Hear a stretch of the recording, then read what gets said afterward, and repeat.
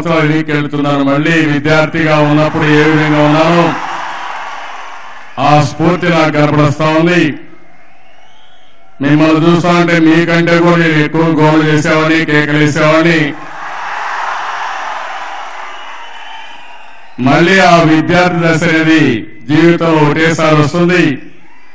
అలాంటి విద్యార్థులు మిమ్మల్ని చూస్తా ఉంటే చాలా ఆనందంగా ఉంది.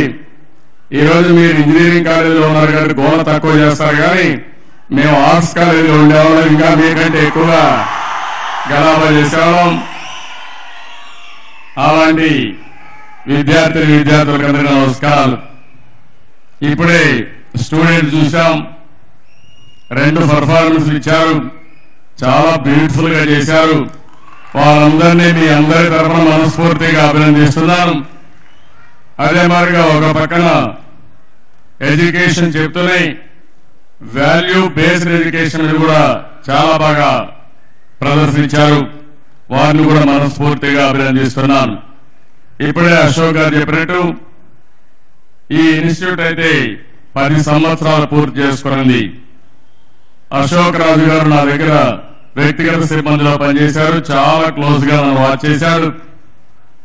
ఆ రోజు కూడా ఒక సమర్థవంతంగా నేను ఏదైనా ఒక పని చెప్తే నా మనోభావాల ప్రకారం ఆ పని చాలా పర్ఫెక్ట్ గా చేసిన వ్యక్తి అశోక్ రాజు అని చెప్పి కూడా నేను మీకు తెలియజేసుకుంటున్నాను. అలాంటి వ్యక్తులు మన దగ్గర ఉన్నప్పుడు మనం కూడా పని చేయడం చాలా ఈజీ అవుతుంది, రిజల్ట్స్ కూడా బ్రహ్మాండంగా వచ్చే అవకాశం ఉంటుంది. ఆ తర్వాత వారు బయట రావడం, బయట వచ్చి ఒక మంచి ఇంజనీరింగ్ కాలేజ్ పెట్టాడు. కొన్ని వేల మంది విద్యార్థులకు బ్రహ్మాండంగా ఎడ్యుకేషన్ ఇవ్వడమే కాకుండా 84% మీకు ప్లేస్మెంట్లు వస్తున్నాయంటే, ఉద్యోగాలు వస్తున్నాయంటే నేను చాలా గర్వపడుతున్నాను, మనస్ఫూర్తిగా అభినందిస్తున్నాను. ఇది ఒక విధంగా చెప్పాలంటే ఒక మంచి కార్యక్రమం. ఈ రోజు ఒకసారి మన దేశంలో ఇంతమంది మీ సాంగ్స్ నేను చూశాను. భారతదేశానికి పెద్ద ఆస్తి యువత. ప్రపంచంలో ఏ దేశానికి లేనటువంటి యువత ఒక్క భారతదేశం యొక్క సొంతం అని చెప్పి కూడా నేను మీకు తెలియజేస్తున్నాను. ఈ రోజు ఇలాంటి సందర్భంలో మీ క్లాస్ రూమ్ లో చాలా పాఠాలు మీకు చెప్తారు, కానీ మాలాంటి వాళ్ళు వచ్చినప్పుడు మా అనుభవంతో ఈ దేశ భవిష్యత్తు ఏ విధంగా ఉండబోతుందో కూడా మీకు చెప్పాల్సిన అవసరం ఉంది. దాన్ని బట్టి మీరు ప్రణాళికలు తయారు చేసుకునే అవకాశం ఉంటుంది. ఒకసారి మీరంతా కూడా ఇంజనీరింగ్ కాలేజ్ స్టూడెంట్స్ కాబట్టి చరిత్ర చాలా తక్కువ చదువుంటారు, పాలిటిక్స్ ఇంకా తక్కువ చదువుతున్నారు, కాబట్టి అవి రెండు కూడా ఒకసారి నెమరు వేసుకోవాల్సిన అవసరం ఉంది. ఈ రోజు మీరు ఒకసారి చూసినప్పుడు భారతదేశం ఆర్థిక సంస్కరణ ప్రారంభించింది 91లో ప్రారంభించాం. 91 కంటే ముందు భారతదేశంలో మీరు ఒకసారి చూస్తే ఒకే పార్టీ, కాంగ్రెస్ పార్టీ మోనోపలి ఉండేది, కానీ గ్రోత్ రేట్ మాత్రం 2-3% కంటే ఎప్పుడూ లేదు. పేదరికం పెరిగేది, ఎప్పుడు కూడా పేదరికాన్ని నిర్మూలించలేకపోయాం. తర్వాత మీరు చూస్తే 91లో పివి నరసింహరావు గారు ఆర్థిక సంస్కరణలు ప్రారంభించిన తర్వాత అది కూడా ఆయన ఆనందంగా ప్రారంభించలేదు. ఆ రోజు ఫారిన్ ఎక్స్చేంజ్ రిజర్వ్స్ లేకపోతే ఈరోజు పెట్రోల్, డీజిల్ కూడా ఇంపోర్ట్ చేసుకోవాలని డబ్బులు లేక ఆ రోజు ఆర్థిక సంస్కరణని అమలు చేశారు. అప్పటి నుంచి మీరు చూస్తే వచ్చిన గవర్నమెంట్స్ అన్ని కూడా కోయలేషన్ గవర్నమెంట్లు. పివి నరసింహరావు గారి గవర్నమెంట్ మైనారిటీ గవర్నమెంట్, తర్వాత వచ్చింది యూఎఫ్ గాని, ఎన్డీఏ గాని, యూపీఏ గాని అన్ని కూడా కోయలేషన్ గవర్నమెంట్స్ వచ్చాయి. కానీ ఈ సమయంలో ఆర్థిక సంస్కరణ వల్ల బ్రహ్మాండమైన ఫలితాలు వచ్చాయి. సెకండ్ జనరేషన్ రిఫార్మ్స్ అమలు చేసిన ఘనత తెలుగుదేశం పార్టీకి దక్కింది ఈ దేశంలో. ఆ విషయం మీరు గుర్తుపెట్టుకోవాలి. ఈ రోజు మీరు ఇంతమంది ఇక్కడ చదువుకుంటున్నారంటే 32 ఇంజనీరింగ్ కాలేజీలు ఉంటే 9 సంవత్సరంలో 350 ఇంజనీరింగ్ వరకు ఆ రోజు కాలేజీల నెంబర్ పెంచాం, మెడికల్ కాలేజీలు పెంచాం. నేను ఒకటే ఆలోచించాను, అభివృద్ధి జరగాలంటే ఈ దేశంలో నాలెడ్జ్ కావాలి, చదువుకు ప్రాధాన్యత ఇవ్వాలి. ఈ రోజు మన దేశంలో ఉండే పిల్లలు మట్టిలో మాణిక్యాలు, వీళ్ళని చదివిస్తే ప్రపంచాన్ని మొత్తం శాసించే శక్తి ఈ దేశ యువతకు ఉంటుందని నా ప్రగాఢమైన విశ్వాసం. ఇంకో పక్కన మీరు చూస్తే ఈరోజు ప్రపంచంలో ఎక్కడా లేని యువత భారతదేశంలో ఉన్నారు. అమెరికాలో చూస్తే అంతా కూడా ఏజ్డ్ పర్సన్స్ ఎక్కువగా ఉన్నారు. యూరోప్ లో అట్నే ఉన్నారు, జపాన్ అట్నే ఉంది, చైనా అట్నే ఉంది. దానికి కారణం మనకంటే ముందు వాళ్ళు ఫ్యామిలీ ప్లానింగ్ అమలు చేశారు, మనం వెనకాల అమలు చేశాం. ఈ దేశం ఎక్కువ జనాభా ఉంది. ఆ జనాభా ఈ దేశానికి ఈ రోజు ఒక ఆస్తిగా తయారైంది, ఒక అసెట్ గా తయారైంది చెప్పి కూడా నేను మీకు తెలియజేస్తున్నాను. అయితే ఈ రోజు మనం ఒకసారి ఆలోచిస్తే ప్రపంచం మొత్తం మన వాళ్ళు వెళ్ళారు. మనం పెట్టిన ఇంజనీరింగ్ కాలేజీ వల్ల మీరు ఏ దేశం చూసినా, ఏ రాష్ట్రం చూసినా తెలుగు వాళ్ళే ఉన్నారంటే అది తెలుగుదేశం పార్టీ ఆ రోజు చూపించినటువంటి చొరవ తప్ప ఇంకోటి లేదు. ఈరోజు దేశంలో ఎక్కువ ఇంజనీరింగ్ కాలేజీలు మన దగ్గర ఉన్నాయి, ఎక్కువ మెడికల్ కాలేజీలు మన దగ్గర ఉన్నాయి. మన దగ్గర ఉండే పిల్లలు వేరే జిల్లాలకు, వేరే రాష్ట్రాలకు వెళ్తున్నారు. తమిళనాడు కానీ, కర్ణాటక కానీ ఇంకా వెళ్లే పరిస్థితి బ్రహ్మాండంగా చదువుకుంటున్నారు. ఇవన్నీ చూసినప్పుడు ఇంకా భవిష్యత్తులో ఎంత చదివిస్తే అంత ఉపయోగం ఉంటుంది. కానీ ప్రొఫెషనల్ కాలేజెస్కి వచ్చే వాళ్ళు చూస్తే 10% మాత్రం ప్రొఫెషనల్ కాలేజీలకు వస్తున్నారు, మిగిలిన వాళ్ళు వచ్చే పరిస్థితి లేకుండా ఉంది. మీరు భారతదేశం యొక్క శక్తి ఒకసారి చూస్తే ప్రపంచంలో అతిపెద్ద ప్రజాస్వామ్యం. రెండోది మీరు చూస్తే యంగ్ ఇండియా. ప్రపంచంలో ఏ దేశానికి లేనటువంటి గొప్ప సంపద ఒక్క భారతదేశానికి. అది కారణం చిన్న వయసు ఉండే పిల్లలు కానీ, విద్యార్థులు కానీ, యూత్ కానీ ఎక్కువ ఉండే దేశం ఒక భారతదేశం ఉంది. ఇది యథార్థం. మూడోది మీరు చూస్తే మార్కెట్. ప్రపంచంలో ఎక్కడా లేని మార్కెట్ భారతదేశంలో ఉంది. మిడిల్ క్లాస్ ఫ్యామిలీస్ కూడా భారతదేశంలో ఎక్కువగా ఉన్నాయి. ఇలాంటప్పుడు భవిష్యత్తులో నాకు ఏమాత్రం అనుమానం లేదు, రాబోయే 20 సంవత్సరాలు 10 సంవత్సరాలు ప్రపంచంలో అగ్రదేశాలలో భారతదేశం 2-3 దేశాల్లో ఒక దేశంగా ఉంటుంది. అమెరికా, చైనా, భారతదేశం ఒకటిగా ఉంటాయి.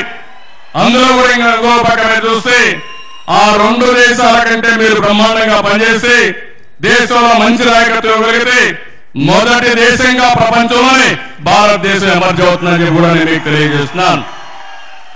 అలాంటి దేశం మంది, ఓ గ్రేట్ నేషన్.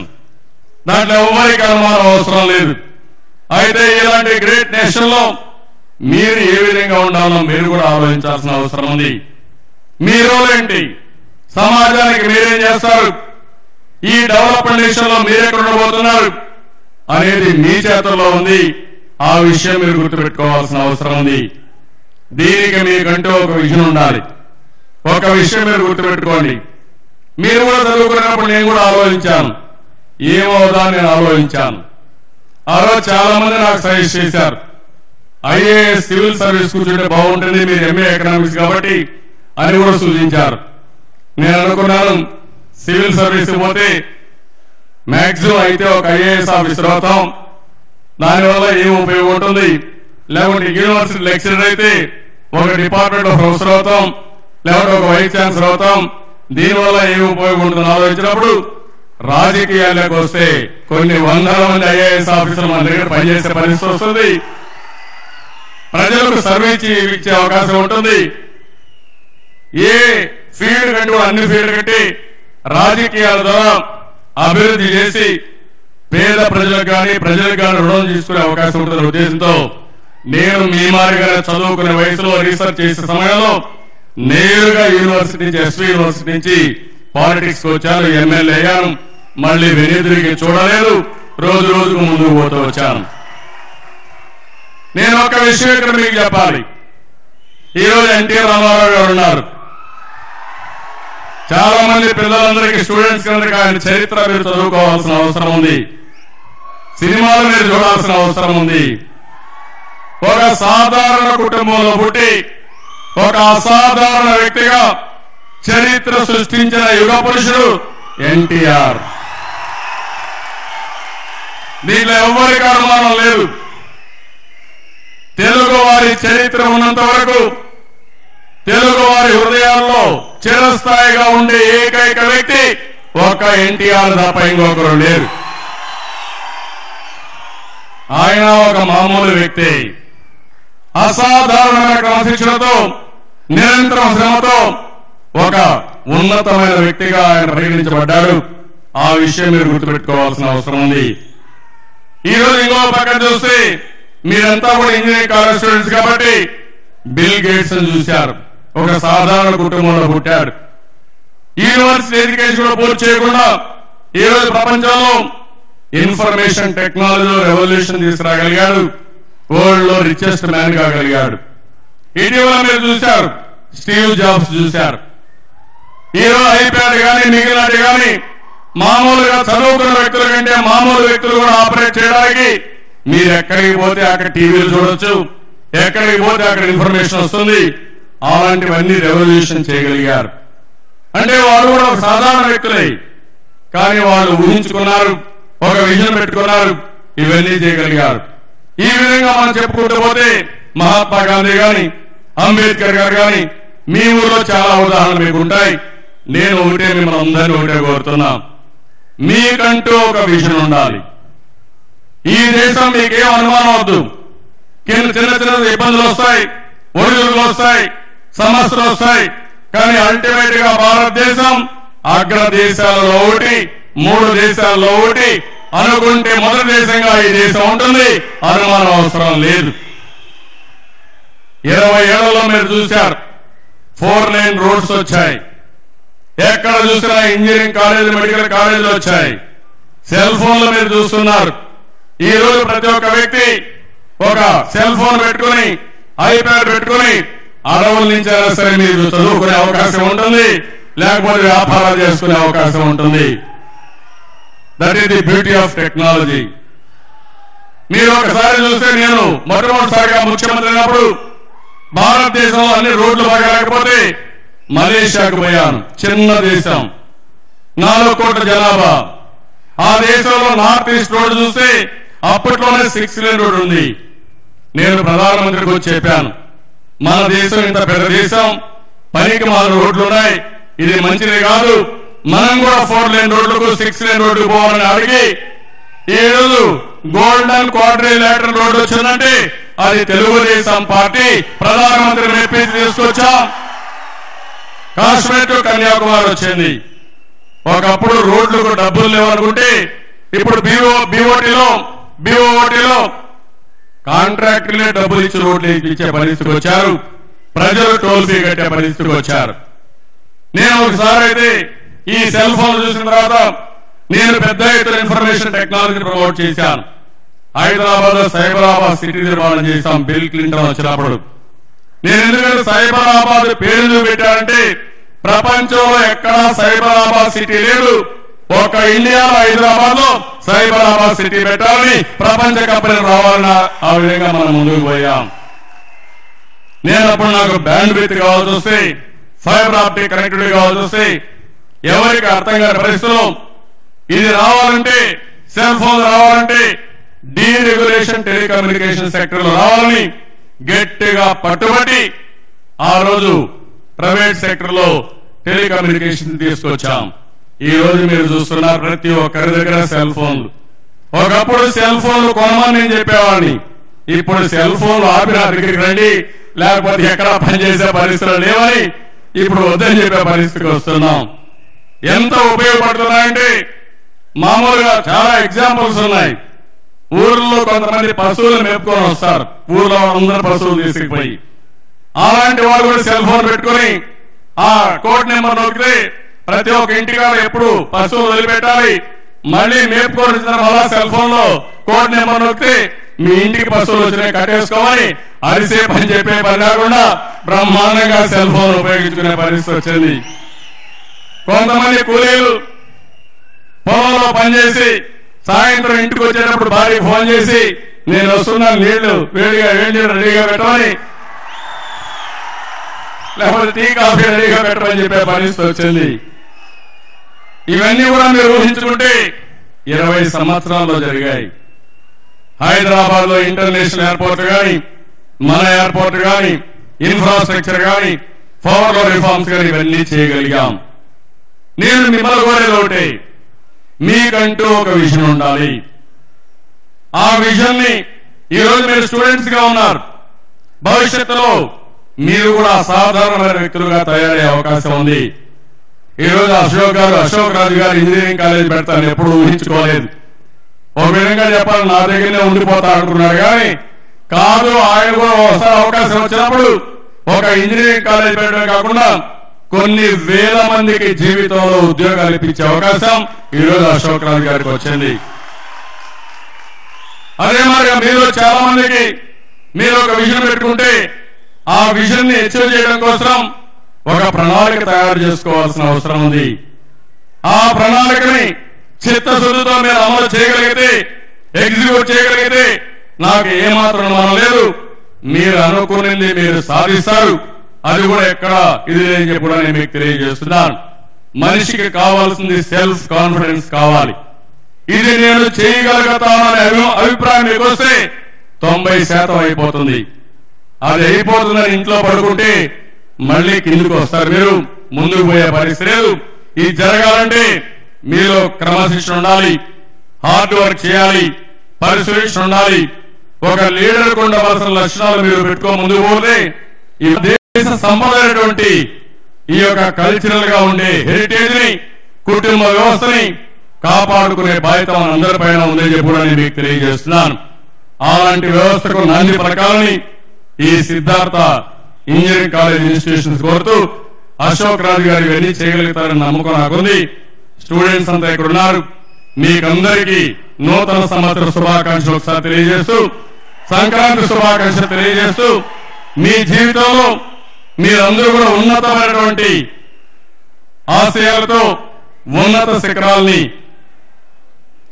అవలంబించాలని, ముందుకు తీసుకుపోవాలని కోరుకుంటూ I wish you happy and prosperous life and happy career in your life. With this I am thanking all of you. Thank you and all. దయచేసి అతిథులందరూ ఒకసారి మాతో ఉండాలి ప్లీజ్. దయచేసి అతిథులందరూ ఇక్కడ ఉండాలి కాసేపు ప్లీజ్. అండ్ చంద్రబాబు నాయుడు గారు తమ మాటలతో సరికొత్త ఉత్సాహాన్ని నింపారు యువతలో. అలాగే తమ చేతులతో ప్రైజెస్ అందుకోవడానికి విద్యార్థులు ఎదురు చూస్తున్నారు సార్. అలాగే కాలేజ్ టాపర్స్ కి ఇప్పుడు ప్రైజెస్. యూజీలో షణ్ముఖ బాబు ఈసీఈ బ్రాంచ్ 82.3%. కంగ్రాచులేషన్స్. వీరికి మన సిద్ధార్థ కాలేజ్ చంద్రబాబు నాయుడు గారి చేతుల మీదుగా ల్యాప్టాప్ ని అందిస్తోంది. అండ్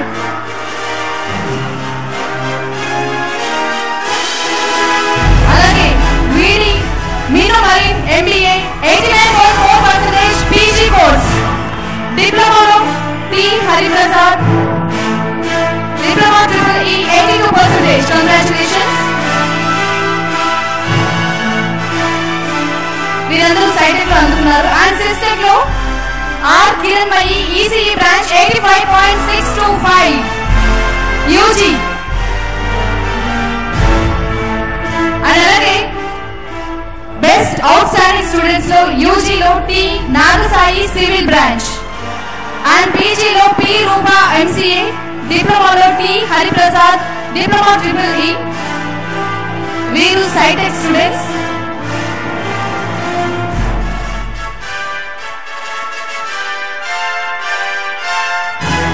సో 4 years లో వారు సంపాదించినటువంటి మార్క్స్ లో యావరేజ్ పర్సెంటేజ్ తీసుకొని చూశారు. అండ్ యూజీలో డిఎల్ పునీత triple E from Systech. Congratulations పునీత.